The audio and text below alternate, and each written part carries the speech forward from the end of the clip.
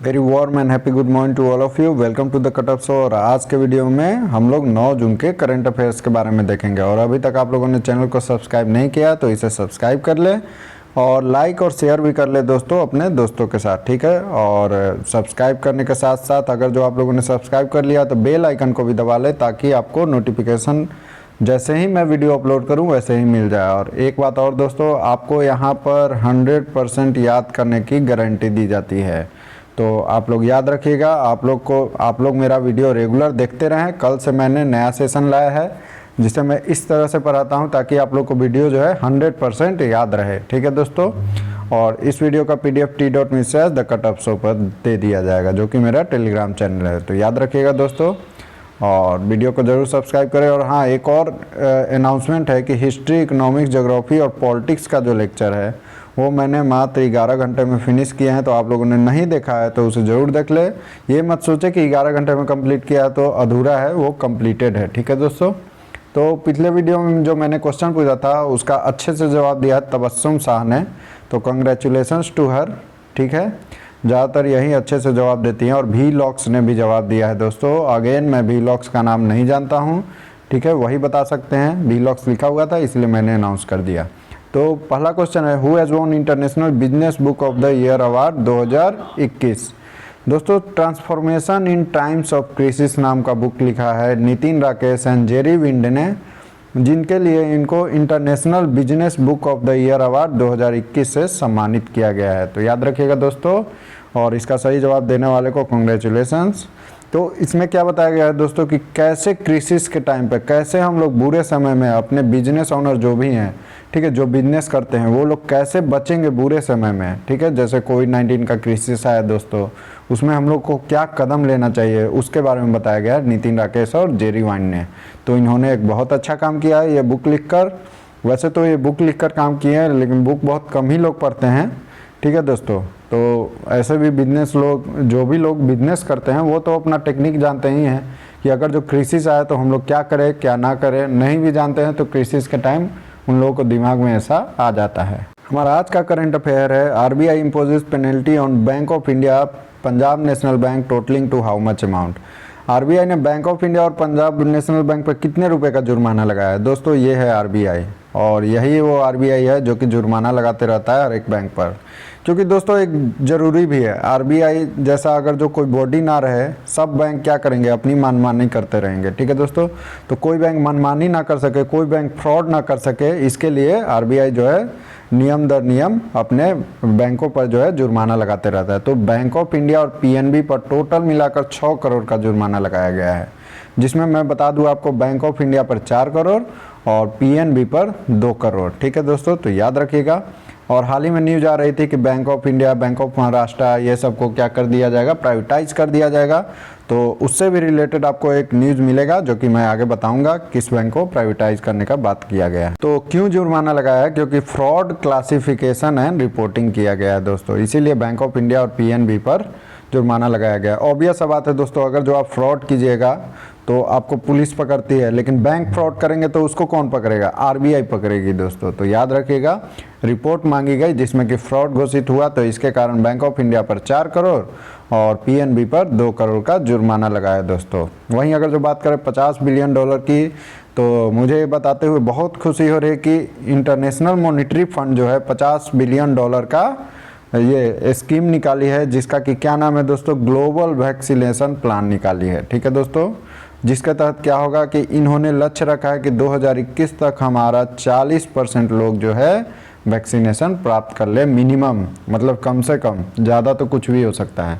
और 3 करोड़ का जुर्माना किसने लगाया है, ICICI बैंक पर लगाया है, किसने, RBI नहीं, ठीक है दोस्तों। इन्वेस्टमेंट का पोर्टफोलियो था, उसमें कुछ गड़बड़ी पाई गई थी उसके क्लासिफिकेशन और ऑपरेशन में, इसी कारण RBI ने ICICI पर 3 करोड़ का जुर्माना लगाया था, ठीक है दोस्तों। तो RBI के पास पैसे कुछ आ गए होंगे इधर जुर्माना लगा के फिर से। और तमिलनाडु मर्सेंटाइल बैंक पर भी 1 करोड़ का जुर्माना लगाया था, सिटी यूनियन बैंक पर भी 1 करोड़ का जुर्माना लगाया था। तो 2 करोड़ 2, 6, 8, 3, 11 करोड़ रुपये RBI के पास ऐसे ही आ गए हैं, ठीक है दोस्तों। हमारा नेक्स्ट क्वेश्चन है, which state government names Raimona reserve forest 6th national park. तो दोस्तों इसका नाम अभी, इस स्टेट का नाम अभी बहुत कम आ रहा है न्यूज़ में, ठीक है। तो आखिरकार न्यूज़ आ ही गया, ठीक है। तो ये राज्य है दोस्तों असम। असम ने अपना रायमोना रिजर्व फॉरेस्ट जो है उसको घोषित कर दिया है कि ये 6ठा नेशनल पार्क बन गया है, ठीक है दोस्तों। याद रखिएगा मानस नेशनल पार्क भी किस में है, असम में ही है, ठीक है दोस्तों, तो याद रखिएगा। और बात किया जा रहा है मोना रिजर्व फॉरेस्ट का, तो इसे 6ठा नेशनल पार्क घोषित कर दिया गया है। तो आपके एग्जाम पॉइंट ऑफ व्यू से बहुत इंपॉर्टेंट क्वेश्चन रहेगा ये, क्योंकि अगर जो पार्क का क्वेश्चन पूछेगा तो इस बार तो यही पूछेगा नेशनल पार्क में कि रायमोना रिजर्व फॉरेस्ट मतलब 6ठा नेशनल पार्क बना है वो किस राज्य में है, तो वो बताइएगा आप लोग, आसाम में है, ठीक है दोस्तों, तो याद रखिएगा। और अगर जो इसका जिला का बात किया जाए दोस्तों, तो कहाँ पर कौन से डिस्ट्रिक्ट में पड़ता है, तो वो डिस्ट्रिक्ट है कोकराझार। नाम तो याद रखने लायक नहीं है, लेकिन याद रख लीजिए क्योंकि इम्पोर्टेंट है। उतना इम्पोर्टेंट नहीं है नाम, लेकिन रायमोना रिजर्व फॉरेस्ट नाम याद रखना ज़्यादा इम्पोर्टेंट है, ठीक है दोस्तों। ये तो मैंने इन्फॉर्मेशन के लिए आपको बता दिया, ठीक है। और असम से रिलेटेड एक और बात किया जाए तो असम में इधर चुनाव हुआ था, जिसके मुख्यमंत्री कौन बने, हेमंत बिस्व शर्मा, तो ये भी याद रखिएगा दोस्तों। बात किया जाए केरला को, तो केरला को तो मैं इंडिया में टॉपर मानता हूं दोस्तों। तो टॉपर जो है केरला है, और लोअर तो आप जानते हैं बिहार रहता है जनरली, ठीक है। लेकिन ऐसा बात नहीं है कि हमेशा बिहार ही लोअर रहता है। बिहार भी धीरे धीरे बहुत ज़्यादा प्रोग्रेस कर गया है, क्योंकि एक लालू का ज़माना था और अभी नीतीश का ज़माना है, तो थोड़ा बहुत तो प्रोग्रेस किया है पहले से, ठीक है। पहले जंगल राज बोला जाता था, अभी मंगल राज बोला जाता है, ठीक है दोस्तों।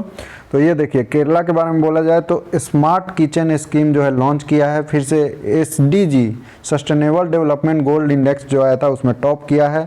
साथ ही साथ नॉलेज इकोनॉमी मिशन को जो है किसने लॉन्च किया है, केरला सरकार ने ही, पिनरई विजयन इसके मुख्यमंत्री हैं। और बिहार का अगर जो बात किया जाए दोस्तों, तो हिट कोविड ऐप को लॉन्च किया है बिहार सरकार ने, तो ये भी याद रखिएगा। वेस्ट बंगाल के तरफ ममता दीदी अभी चीफ मिनिस्टर बनी है, और लेजिस्लेटिव काउंसिल का गठन होगा वेस्ट बंगाल में ही। अभी तो फिलहाल जो बोलेंगी ममता दीदी वही होगा, ठीक है। तो नेक्स्ट क्वेश्चन है, who has been appointed as president of 76th Union Nation General Assembly. दोस्तों यूनियन नेशन जनरल असेंबली जिसमें कि 193 कंट्रीज शामिल हैं, तो उसके 76वें प्रेसिडेंट के रूप में, अध्यक्ष के रूप में किन्हें चुना गया है। तो दोस्तों अध्यक्ष के रूप में चुना गया है, लेकिन ये मुझे उतने खुश दिख नहीं रहे हैं। और एक बात और बता दूं, इनका नाम है अब्दुल्ला शाहिद, ठीक है दोस्तों। तो हो सकता है ये सेटिस्फाई नहीं होंगे, या फिर मैंने फ़ोटो ही ऐसा लगा दिया है जिसमें कि ये खुश नहीं दिख रहे हैं, ठीक है। तो अगले बार से मैं कोशिश करूँगा कि जो भी CEO बने या प्रेसिडेंट बने या प्राइम मिनिस्टर बने, उनका हंसता हुआ फ़ोटो मुझे मिल जाए नेट पर, ठीक है दोस्तों। लेकिन मुझे नेट पर यही फ़ोटो मिला, इसीलिए मैं ऐसा फ़ोटो लगा दिया, ठीक है दोस्तों। अब मुझे फेस रैपर रखना होगा जिससे कि थोड़ा लंबा या फिर चौड़ा करके दिखाया जा सके इनके दांत को भी, ठीक है दोस्तों। तो ये हैं अब्दुल्ला शाहिद जी, इनको जो है 76वां यूनाइटेड नेशन जनरल असेंबली का प्रेसिडेंट चुन लिया गया है, ठीक है। तो याद रखिएगा आप लोग। और एक बात और मैं बता दूं, इनके ये जो है मालदीव्स के फॉरेन मिनिस्टर हैं, ठीक है। और मालदीव के ये ऐसे पहले फॉरेन मिनिस्टर हैं जिनको कि 76वां UNGA जो है यूनाइटेड नेशन जनरल असेंबली उसका प्रेसिडेंट रखा गया है, तो ये भी याद रखिएगा। तो इनका नाम याद रहेगा अब्दुल्ला शाहिद का। इसाक हर्जोग का अगर जो बात किया जाए दोस्तों, तो इजराइल का जो प्रेसिडेंट बने हैं ना, वो यही बने हैं इसाक हर्जोग। इजराइल के बारे में तो आप लोग को पता ही होगा, तो इनका भी नाम याद रखिए, इसाक हर्जोग का भी, ठीक है। बसार अल असाद का अगर जो बात किया जाए दोस्तों, तो बसार अल असाद जो है वो सीरिया के प्रेसिडेंट बनाए गए हैं। और कॉलिनेट माकासो का अगर जो बात किया जाएगा दोस्तों, ठीक है, तो कॉलिनेट माकासो जो है रिपब्लिक ऑफ कॉन्गो जो है उसके नए प्राइम मिनिस्टर मतलब प्रधानमंत्री कौन बने हैं, कॉलिनेट माकासो, तो याद रखिएगा दोस्तों। नेक्स्ट क्वेश्चन है हमारा, which country will hand over 3 MH-60 Romeo multi role choppers to India. दोस्तों MH-60 Romeo multi role helicopter जो सौंपेगा वो कौन सा देश है जो सौंपेगा इंडिया को, ठीक है दोस्तों। तो वो देश है दोस्तों अमेरिका। आप लोग जानते हैं इधर अमेरिका और इंडिया में जो है फ्रेंडशिप बहुत ज़्यादा बढ़ गई है। उसके अनुसार क्या था कि 2020 में एक डील साइन हुई थी, कितने करोड़ की दोस्तों, तो आप लोग को 16,000 करोड़ की डील साइन हुई थी। मैंने पिछले ही वीडियो में बताया था कि डिफेंस सेक्टर में हमारा देश बहुत ग्रो कर रहा है। भले ये बात अलग है कि पुराने जहाज़ जो है, पुराने जैसे शिप हो गए, उन सबको हम लोग डिसमर्ज कर दे रहे हैं, ठीक है, लेकिन नए शिप ले रहे हैं, तो यहाँ पर आप देख सकते हैं 24 MH60 रोमियो को लेने की बात की गई थी 2020 में दोस्तों, और इसे कितने में खरीदने की बात की गई थी तो 16,000 करोड़ रुपए में। आप सोच सकते हैं आपके पास 16,000 करोड़ रुपए रहेंगे तो आप क्या क्या नहीं कर सकते हैं, ठीक है। तो उससे देश ने क्या किया है, 24 MH60 रोमियो का ये मांगा है अमेरिका से, ठीक है दोस्तों। और इसको कौन सी अमेरिकन कंपनी बनाती है दोस्तों, तो लॉकहीड मार्टिन। तो याद रखिएगा लॉकहीड मार्टिन जो है रोमियो का निर्माण करती है, ठीक है, MH60 रोमियो का, और वो USA से लेगा भारत। ये है दोस्तों रोम फॉर इंडिया। तो एक तरफ अगर जो बात किया जाए दोस्तों तो हम लोग मेड इन इंडिया का बात करते हैं, लेकिन दूसरी तरफ हम लोग देखते हैं मेड फॉर इंडिया पर हम लोग ज़्यादा अप्लाई होते हैं। ये इंडिया के लिए हम लोग देखते हैं कोई भी, अरे भाई मैं तो कहता हूँ कि अगर जो आप लोग को ये चॉपर मंगाना है तो आप लोग चॉपर वाले इंजीनियर से मंगाए, या फिर अपने देश में ही ऐसा फैसिलिटी लगा दे। 16,000 करोड़ का 16,000 करोड़ रुपए यहाँ होते हैं क्या, 16,000 करोड़ का अपने देश में ही ऐसा फैसिलिटी लगाए ताकि जो है आपके देश के युवा जिनको कि रोजगार की भी कमी है वो यहाँ पर MH60 रोमियो को बना सके। इनफैक्ट इससे ज़्यादा भी बना सकते हैं, इंडिया के साइंटिस्ट में ऐसा दम है दोस्तों। लेकिन हम लोग जो है डिपेंडेंट ही रहना चाहते हैं। एक तरफ बात किया जा रहा है आत्मनिर्भर भारत का, और हम लोग जो है दूसरे पर निर्भर भारत बनते जा रहे हैं। तो ये देश के लिए सही बात नहीं है। वहीं बात किया जाए दोस्तों चाइना के बारे में, तो UN का जो सस्टेनेबल ट्रांसपोर्ट कॉन्फ्रेंस होना है वो चाइना में ही होना है। और जापान का बात किया जाए दोस्तों तो इंडिया और जापान मिलकर अर्बन डेवलपमेंट पर MOC साइन किया है, मेमोरेंडम ऑफ कॉरपोरेशन को साइन किया है। तो याद रखिएगा इंडोनेशियन और इंडियन आर्मी ने मिलकर पैसेज एक्सरसाइज को कंडक्ट किया है हाल ही में, तो याद रखिएगा दोस्तों। नेक्स्ट क्वेश्चन है which country will host inaugural FIH hockey 5S world cup in 2024। तो ये पहली बार करने जा रहा है ऐसा कंट्री, और वो कंट्री कौन सा है दोस्तों, ओमान। तो याद रखिएगा ओमान। ओमान की राजधानी क्या है, मुस्कैट। तो मुस्कैट में दोस्तों एक इवेंट होगा मेंस और वुमेन्स हॉकी प्लेयर का, जो कि जो है FIH का हॉकी 5S वर्ल्ड कप जो कि 2024 में होना है, उसका इवेंट कहाँ पर किया जाएगा, ओमान में होगा। और ओमान की राजधानी मुस्काट है, वहाँ पर होगा। तो ओमान की तो खैर लॉटरी लग गई दोस्तों, क्योंकि जहाँ पर भी ऐसे ही इवेंट होते हैं दोस्तों तो सारा देश जानता है कि हाँ यहाँ पर हो रहा है, तो वो देश का जो है चर्चा होने लगता है। तो ओमान जिसका नाम आप लोग नहीं भी जानते होंगे तो आप लोग जान ले, और इसका राजधानी याद रख लें मास्कोट, और मास्कैट में ही जो है पूरा ये सब होने वाला है, मुस्कैट, ठीक है, मुस्कैट में ही पूरा जो है ये इवेंट होने वाला है। तो याद रख लीजिएगा ओमान का नाम, जिसमें FIH hockey 5S world cup होगा, ठीक है। यहाँ पर लिखा भी हुआ है मुस्कैट ओमान 2024, ठीक है दोस्तों। तो कौन से स्टेट ने टॉप किया है दोस्तों performance grading index in school education. दोस्तों स्कूल में हम लोग बहुत एजुकेशन करते हैं और सभी लोगों की यादें जो है बहुत जुड़ी रहती है स्कूल से। तो स्कूल एजुकेशन में जो परफॉर्मेंस ग्रेडिंग इंडेक्स आया है, ठीक है दोस्तों, कि स्कूल एजुकेशन में कैसे चेंज लाया जा सके। मतलब पिछला जो तरीका था, ट्रेडिशनल वे था स्कूल की पढ़ाई का, ठीक है, जो टीचर करते थे, उसमें कैसे चेंज लाया जाए। जैसे रंजीत सिंह डिसाले का नाम आप लोग जानते होंगे, जिसके बारे में मैं आगे भी बताऊंगा, ठीक है। उन्हें क्या मिला था, teacher of the year, global teacher award मिला था, तो उनके बारे में मैं आगे बताऊंगा, ठीक है। तो स्कूल एजुकेशन में चेंज लाने के लिए परफॉर्मेंस ग्रेडिंग इंडेक्स का जो है दिया जाता है कि कौन सा स्टेट कितना परफॉर्म कर रहा है, इसके चेंज के बारे में, कौन सा स्टेट कितने क्वालिटी ऑफ एजुकेशन दे रहा है, कौन से मतलब स्टेट कितना एक्सेस दे रहा है, कितना इंफ्रास्ट्रक्चर दे रहा है, कितना फैसिलिटीज़ दे रहा है। तो वो सब में टॉप किया है दोस्तों पंजाब ने, ठीक है। तो याद रखिएगा स्टेट में किसने टॉप किया है, तो पंजाब ने, ठीक है दोस्तों। आप लोग बिहार का सोच रहे होंगे तो सोचिएगा अभी मत, क्योंकि बिहार टॉप नहीं करने वाला है अभी तो फिलहाल, ठीक है, और स्कूल में तो बिल्कुल भी नहीं। नेक्स्ट क्वेश्चन है NITI Aayog recommends privatisation of which bank. मैंने आपको बोला था ये हम लोगों के लिए थोड़ी सी बुरी न्यूज़ भी है, या फिर उनके लिए सही न्यूज़ भी है जिनका कि जुगाड़ है थोड़ा प्राइवेट वगैरह में। तो अगर जो आपको सेंट्रल बैंक ऑफ इंडिया या फिर इंडियन ओवरसीज़ बैंक में जुगाड़ है तो आप लोग के लिए खुशखबरी है, क्योंकि प्राइवेट जॉब है और बोथ 1 और 2 इज़ द करेक्ट आंसर। तो नीति आयोग ने दोस्तों रिकमेंड कर दिया है प्राइवेटाइजेशन किस बैंक का, तो सेंट्रल बैंक ऑफ इंडिया और इंडियन ओवरसीज बैंक का। तो याद रखिएगा दोस्तों इन दोनों बैंक। और दोस्तों नीति आयोग का हेड कौन होता है, तो हेड दोस्तों हमारे प्राइम मिनिस्टर नरेंद्र मोदी रहते हैं। तो जब नरेंद्र मोदी जी ने बोल दिया कि प्राइवेटाइजेशन हो जाएगा तो हो ही जाएगा। तो एक याद रखिएगा, सीबीआई का, सेंट्रल बैंक ऑफ इंडिया और इंडियन ओवरसीज बैंक दोनों का प्राइवेटाइजेशन होना ही होना है। ठीक है दोस्तों, तो जो भी गवर्नमेंट एग्जाम का प्रिपरेशन कर रहे होंगे तो इस बार जो IBPS का वैकेंसी आएगा वो हो सकता है कि इस बार जो है वैकेंसी 500 या फिर 600 और कम आ जाए। ठीक है, तो ये बहुत बड़ा राहत दिया जॉब एस्पायरेंट्स के लिए कि ना आप एग्ज़ाम भरोगे, ना आप सेंट्रल बैंक ऑफ इंडिया में जाओगे, ना ही इंडियन ओवरसीज बैंक में। ठीक है दोस्तों, सारे बैंक को हम लोग प्राइवेट कर देंगे, सारे PSUs को हम लोग प्राइवेट कर देंगे। ठीक है, आगे से पढ़ने की आप लोग को ज़रूरत ही नहीं है, जिसका जुगाड़ है वो प्राइवेट में जाए, नहीं है तो घर बैठ सकता है। ठीक है दोस्तों, ये प्राइवेटाइजेशन को मैं सही मानता भी नहीं हूँ दोस्तों, क्योंकि पिछली जो गवर्नमेंट आई थी प्राइवेटाइजेशन नहीं कर रही थी। आप उसमें सुधार लाओ, सेंट्रल बैंक ऑफ इंडिया या इंडियन ओवरसीज बैंक जो भी मतलब घाटे में चल रही है उसमें आप सुधार लाओ। ऐसा थोड़े है कि मान लीजिए एक गार्जियन है, उसका एक बेटा अगर जो अपंग आ गया, ठीक है दोस्तों, तो ऐसा थोड़े है कि उसको हम लोग डायरेक्ट मार देते हैं। मारते नहीं है, उसको भी हम लोग जिंदा ही रखते हैं, उसको भी हम लोग खाना पीना देते हैं, जितना हो सकता है केयर करते हैं उसका। ठीक है, तो ये नहीं कि डायरेक्ट हम लोग बेच देते हैं। ठीक है दोस्तों, आप सुधार नहीं ला सकते हैं, ये आपके सरकार की खामी है।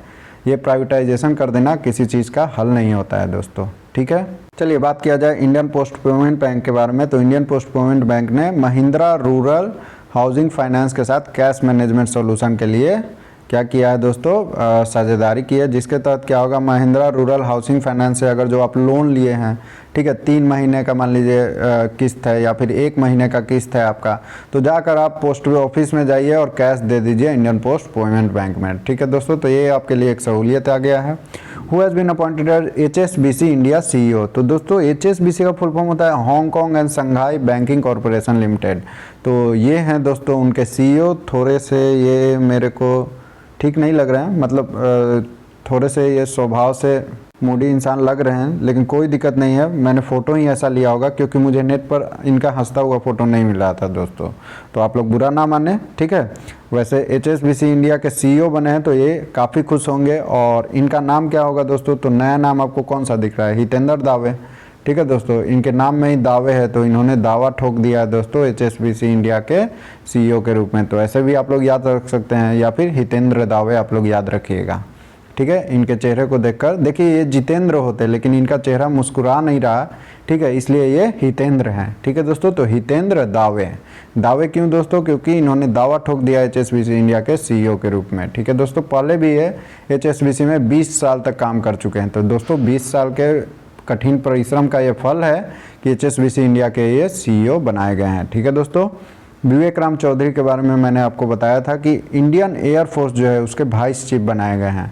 जगजीत पवारिया का मैंने बताया था आपको कि वियना बेस्ड जो इंटरनेशनल नारकोटिक कंट्रोल बोर्ड है जो कि वियना में है, उसके प्रेसिडेंट ये बनाए गए हैं। और रंजीत सिंह डिसाले के बारे में मैं आपको बता देता हूँ फिर से एक बार कि रंजीत सिंह डिसाले को वर्ल्ड बैंक एजुकेशन एडवाइजरी के रूप में चुना गया है। और साथ ही साथ इन्होंने ग्लोबल टीचर अवार्ड भी जीता था 2020 का। तो ये भी याद रखिएगा, रंजीत सिंह डिसाले को मेरा प्रणाम, क्योंकि ये बहुत अच्छा पढ़ाते हैं दोस्तों।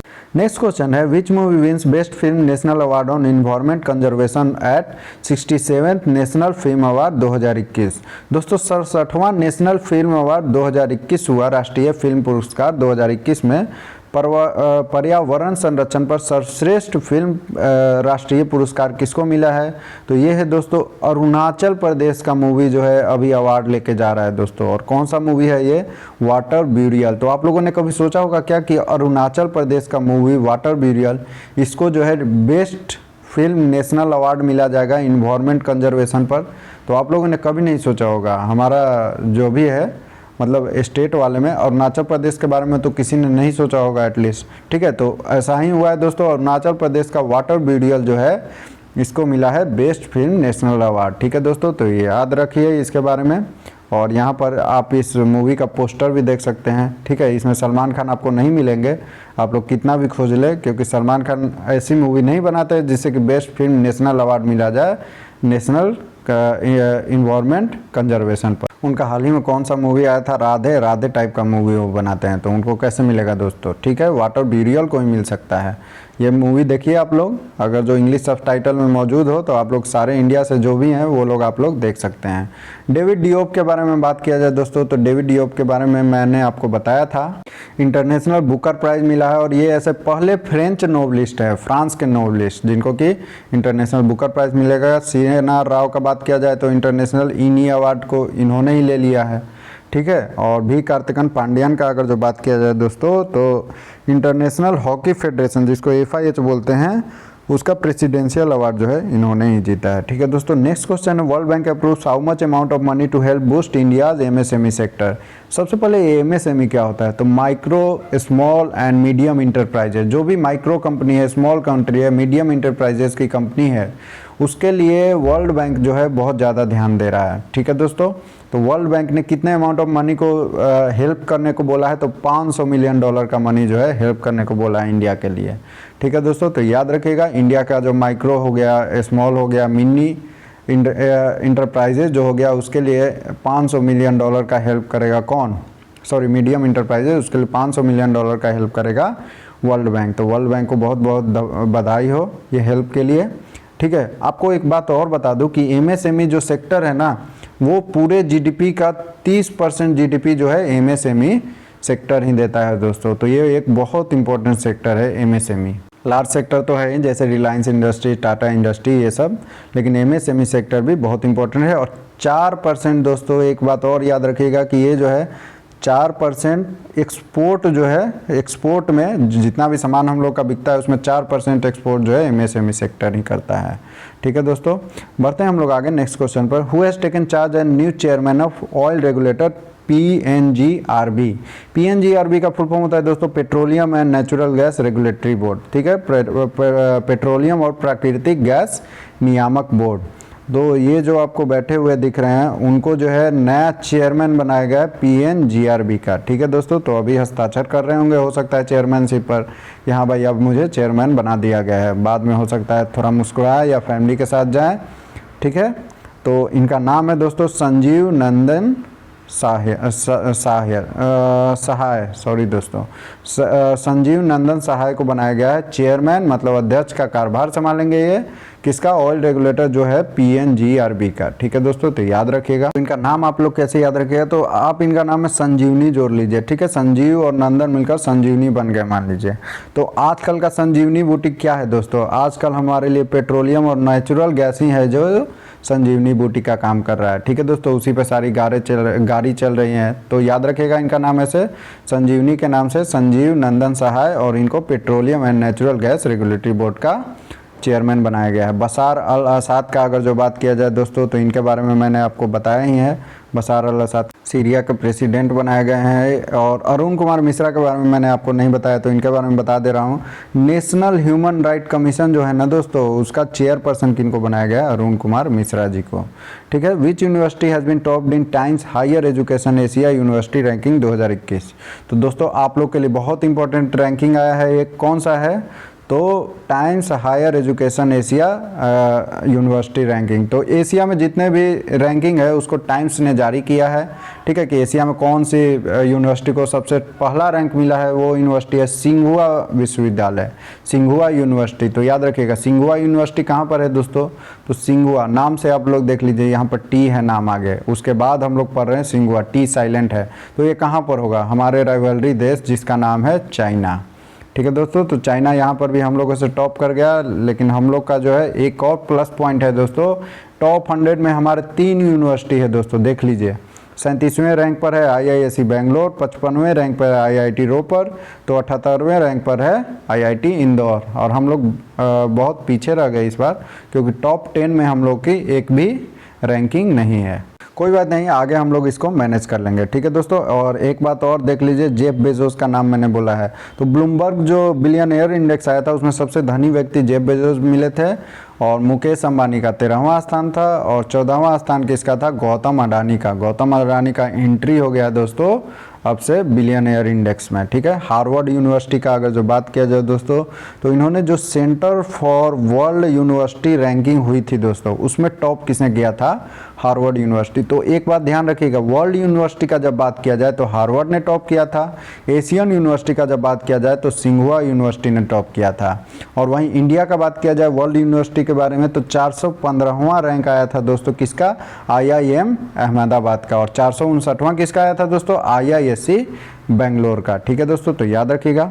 नेक्स्ट है वर्ल्ड ओशियन डे हम लोगों ने कब मनाया। तो आप लोग देख रहे होंगे बहुत सारे बच्चों ने अपना स्टेटस भी लगा लिया था ओशियन का। ठीक है, तो ओशियन डे हम लोगों ने मनाया 8 जून को। और इसका थीम क्या रहा, the ocean life and livelihoods, the ocean life and livelihood. Hindi में भी यही लिखा है, तो आप लोग भी यही याद रखिएगा। विश्व महासागर दिवस 8 जून को मनाया गया। 6 जून को हम लोगों ने कौन सा डे मनाया दोस्तों, तो वर्ल्ड पेस्ट डे हम लोगों ने 6 जून को मनाया था। और साथ ही साथ UN रशियन लैंग्वेज डे भी हम लोगों ने 6 जून को मनाया था। ठीक है दोस्तों, और 7 जून को हम लोगों ने क्या मनाया दोस्तों, तो 7 जून को वर्ल्ड फूड सेफ्टी डे, खाद्य सुरक्षा दिवस हम लोगों ने मनाया था। विश्व खाद्य सुरक्षा दिवस कब, 7 जून को। और 5 जून का बात किया जाए दोस्तों तो वर्ल्ड इन्वायरमेंट डे हम लोगों ने मनाया था 5 जून को। ठीक है दोस्तों, तो याद रखिएगा। नेक्स्ट क्वेश्चन जो कि आज का मेरा आपसे क्वेश्चन रहेगा कि किसने nature TTL photographer of the year 2021 के अवार्ड को जीता था।